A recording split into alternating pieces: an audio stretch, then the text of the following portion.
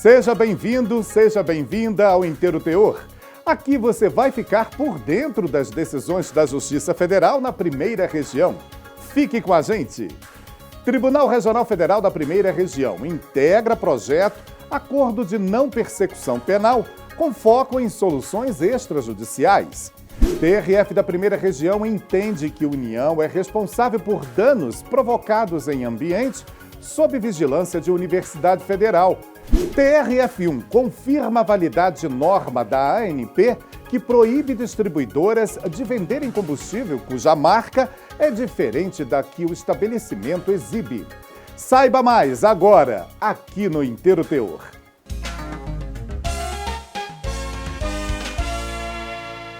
No Brasil, os procedimentos criminais ocorrem em duas etapas. Primeiro, a investigação criminal, que busca reunir provas da ocorrência e da autoria do crime. E depois, o processo penal, um procedimento judicial que resulta na condenação ou absolvição do acusado. O conjunto dessas duas fases é chamado de persecução penal, que pode durar anos, mesmo quando envolve casos que poderiam ser resolvidos de forma consensual. E foi na tentativa de reverter essa situação que uma parceria deu origem ao projeto Acordo de Não Persecução Penal, com foco em soluções extrajudiciais. A ideia é garantir a celeridade e a eficiência que a sociedade espera do Poder Judiciário. Quem dá mais detalhes é a repórter Ana Paula Souza.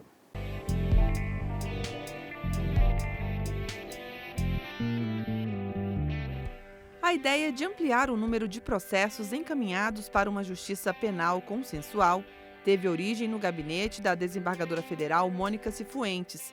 A magistrada solicitou ao Conselho Nacional de Justiça um estudo sobre o tema. A pesquisa foi realizada pelo Laboratório de Inovação do CNJ, que mapeou informações e possíveis impactos do projeto na justiça brasileira.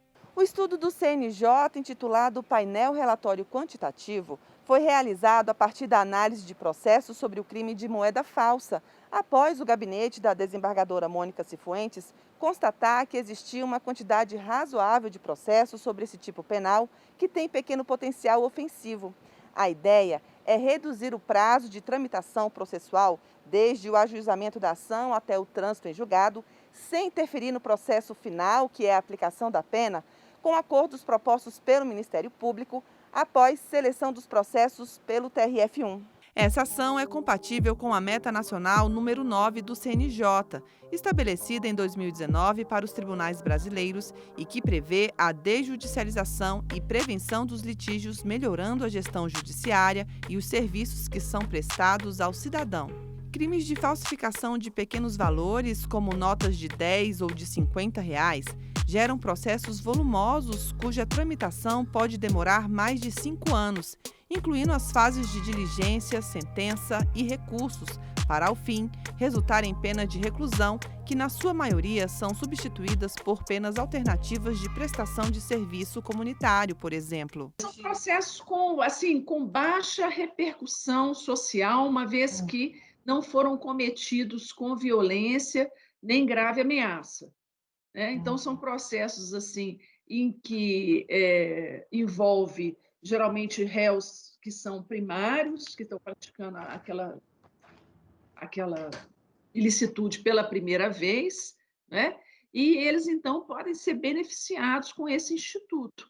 O gabinete da desembargadora federal já selecionou cerca de 150 ações penais sobre moeda falsa para análise. As primeiras remessas de processo ao Ministério Público Federal ocorreram em agosto, concretizando a fase de teste do projeto. Cifuentes destaca que os processos selecionados devem atender aos requisitos previstos no Código de Processo Penal, o CPP. Antes de encaminhar para o Ministério Público, é preciso fazer uma triagem detida no gabinete para ver se o caso se encaixa no artigo 28A do Código de Processo Penal. Então, esse trabalho nós já desenvolvemos, essa expertise, e agora nós vamos partir, então, para outras figuras penais, para outros tipos penais, como, por exemplo, estelionato, né, de pequeno valor, estelionato previdenciário, né, no caso que é a nossa competência, e vamos então partir para outros crimes que prevêem essa pena aí inferior a 4 anos. Os acordos serão feitos de modo virtual, com a participação da Procuradoria Regional da República da Primeira Região, a PRR1, por meio de apoio de uma central de acordos que dá o suporte operacional especializado. A procuradora Márcia Noll é responsável por esse trabalho na PRR1.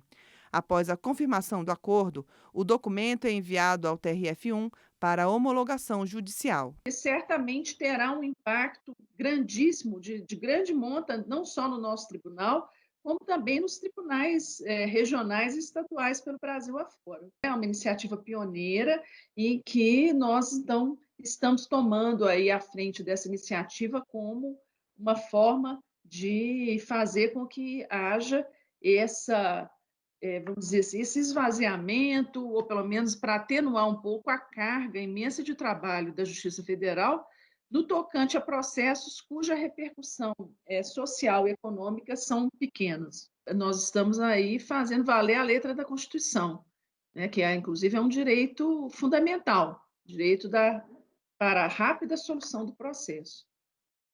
Obedecendo, obviamente, obedecendo, né, o devido processo legal.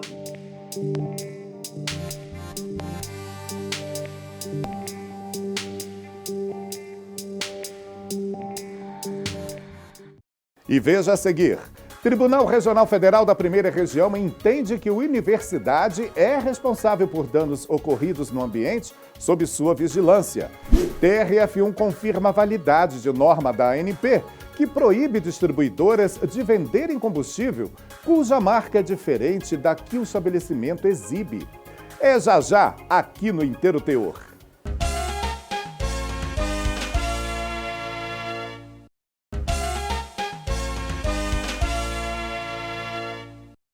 Procurar o carro no estacionamento e não encontrar. Só quem já teve o veículo furtado sabe como é esse susto.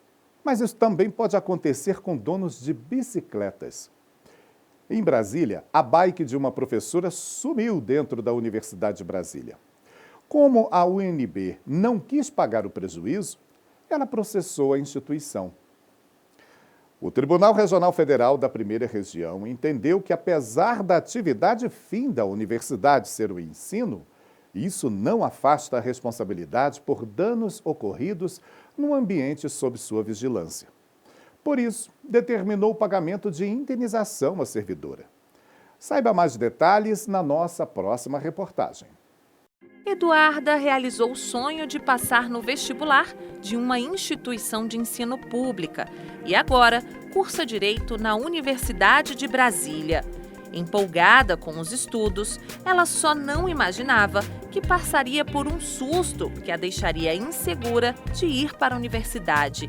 A estudante foi vítima de furto em plena luz do dia no estacionamento da UNB. Então eu estacionei aqui, fiquei só o período de 1 hora e quando eu voltei para ir embora, meu carro estava todo aberto, o painel aberto, o alarme desligado e levaram o pneu, o step, né? Pois é, a gente fica muito seguro, né? Porque realmente não tem horário para acontecer. No período que tiver mais vazio, menos movimentado, acontece. Dados da Secretaria de Segurança do Distrito Federal mostram que de janeiro a setembro de 2018 foram 189 furtos em veículos nos estacionamentos da universidade, 17 a mais do que no mesmo período de 2017. Pelo menos 30 mil veículos ficam nos estacionamentos da UNB todos os dias, uns em locais mais movimentados, outros em lugares mais desertos.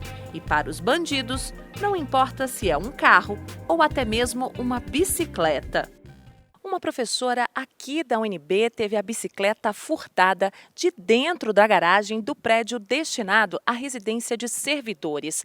Ao cobrar da Fundação Universidade de Brasília o valor do bem, foi informada de que a instituição não poderia ser responsabilizada pelo ocorrido. Inconformada, ela recorreu à Justiça para ter o ressarcimento do bem.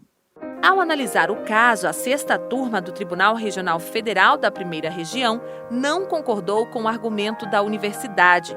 Para os magistrados, mesmo que a atividade fim da universidade seja o ensino, isso não afasta a responsabilidade por danos ocorridos no ambiente sob sua vigilância. Por isso, determinou que a Fundação indenizasse a servidora.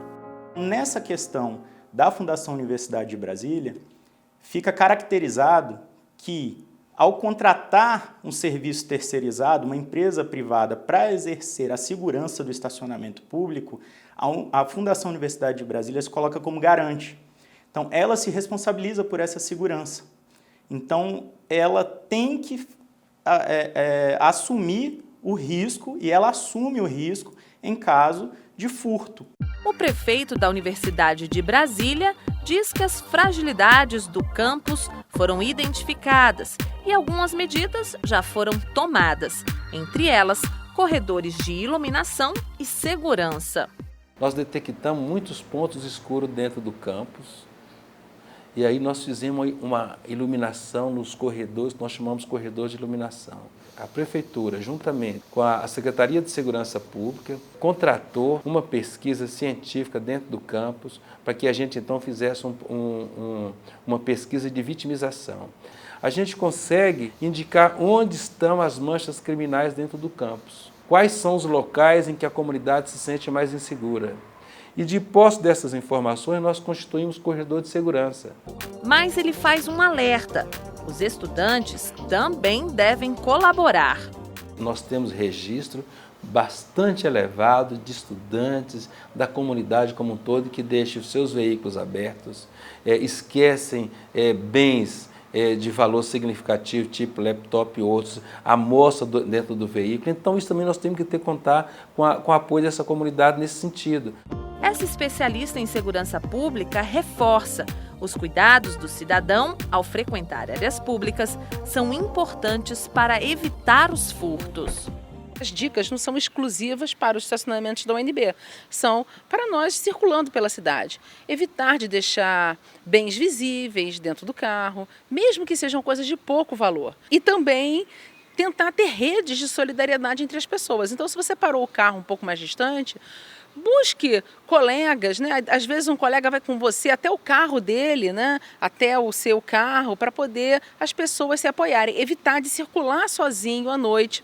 Eduarda agora está mais atenta e segue todas as dicas de segurança. Não deixe nada de valor, não deixe computador, celular, carteira, nada que seja de fato importante.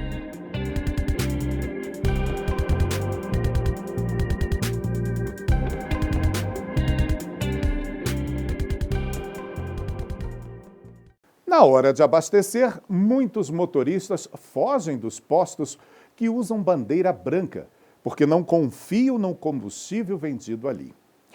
O motivo da desconfiança é que não tem como saber a procedência do que é fornecido. A opção é abastecer em postos com bandeira vinculados a um determinado distribuidor de combustível. E para que os consumidores tenham segurança quanto a essa procedência, a Agência Nacional do Petróleo proíbe que distribuidoras vendam combustível cuja marca é diferente daquela que o estabelecimento exibe. Uma empresa questionou essa restrição na Justiça Federal. Saiba agora, com Daniela Garcia, o desenrolar desse impasse.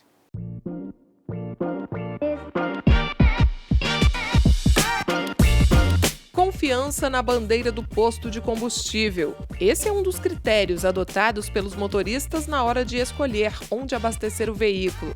Ao optar por uma bandeira, o consumidor acredita que pode ir a qualquer posto com aquela marca e o combustível será o mesmo, adquirido exclusivamente de um único distribuidor identificado.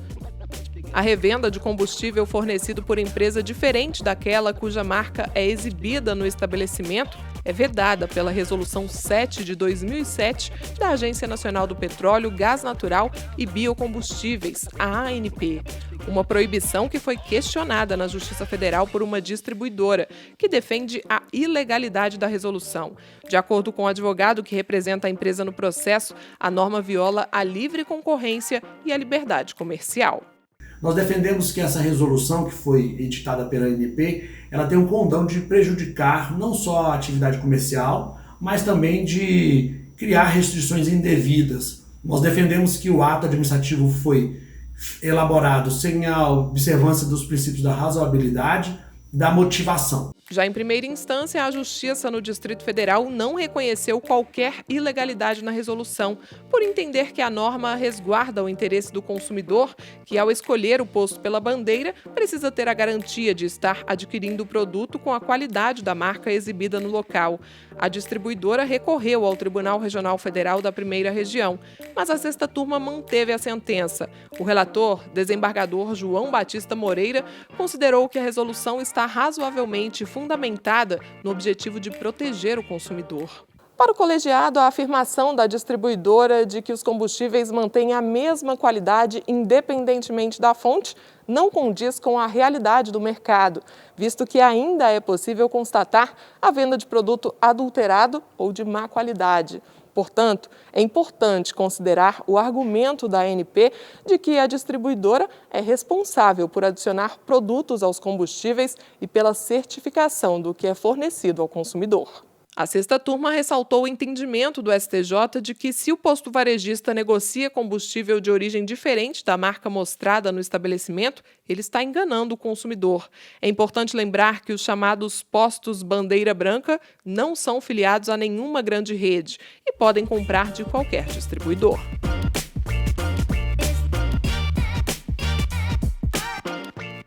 E a gente termina o programa convidando você para visitar nosso portal e acompanhar o TRF1 nas redes sociais, Facebook, YouTube e Instagram. Até o nosso próximo programa. Tchau!